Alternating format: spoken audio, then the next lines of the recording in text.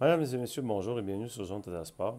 Aujourd'hui, je vais vous expliquer un jeu, un grand jeu, qui est comme peut se faire en fin d'étape, peut se faire euh, dans le fond comme transition entre deux thèmes abordant l'éducation physique. Ça peut être aussi abordé dans les camps de jour, comme grand jeu que vous pouvez faire avec deux groupes. C'est à votre discrétion. Et ça, c'est un jeu qui se joue à l'intérieur dans le gymnase. Disposition, on place 1, 2, 3, 4, 5, 6 cônes à égale distance de chacun des côtés. Ça va faire les buts pour chacune des équipes. Un banc suédois pour que l'équipe puisse s'asseoir de chaque côté du gymnase. Un bâton de ringuette par but. OK? Et un anneau de ringuette par but. Alors, le but du jeu, c'est d'arrêter les anneaux lancés par l'autre équipe en direction de leur propre but, puisque entre deux cônes, c'est le but d'un joueur. Entre chacun des comptes, c'est un but. Donc, c'est pour ça qu'on appelle ça la ringuette 5 buts. Il y a 5 joueurs à la fois de chaque côté sur le jeu. Donc, le but, c'est d'arrêter les anneaux de l'autre équipe avec soit le bâton ou soit le pied. Donc, on peut arrêter avec le pied.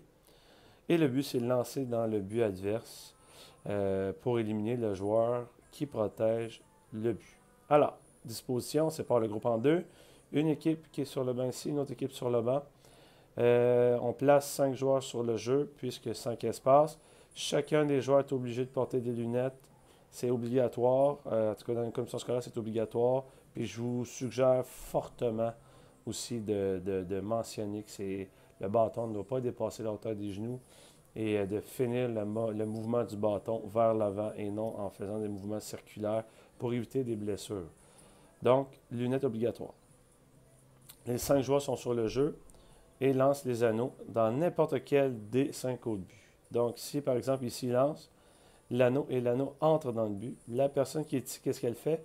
Elle dépose son bâton au sol, passe dans le corridor en arrière de sécurité pour éviter de se faire frapper, va s'asseoir à la file qui est ici.